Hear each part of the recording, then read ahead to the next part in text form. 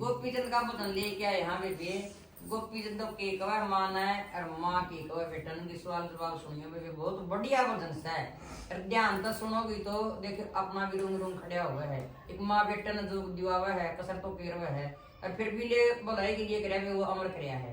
सारे बड़ा भैया नाज जोड़ के राम राम हाथ जोड़ के कया सोनी माँ हाथ जोड़ के कया सोनी माँ जोग देवाइए मत ना मेरी काते गान लहू टप कर दे कान पढ़ाइए मत ना मेरी हाथ जोड़ के कया सोनी माँ हाथ जोड़ के कया सोनी माँ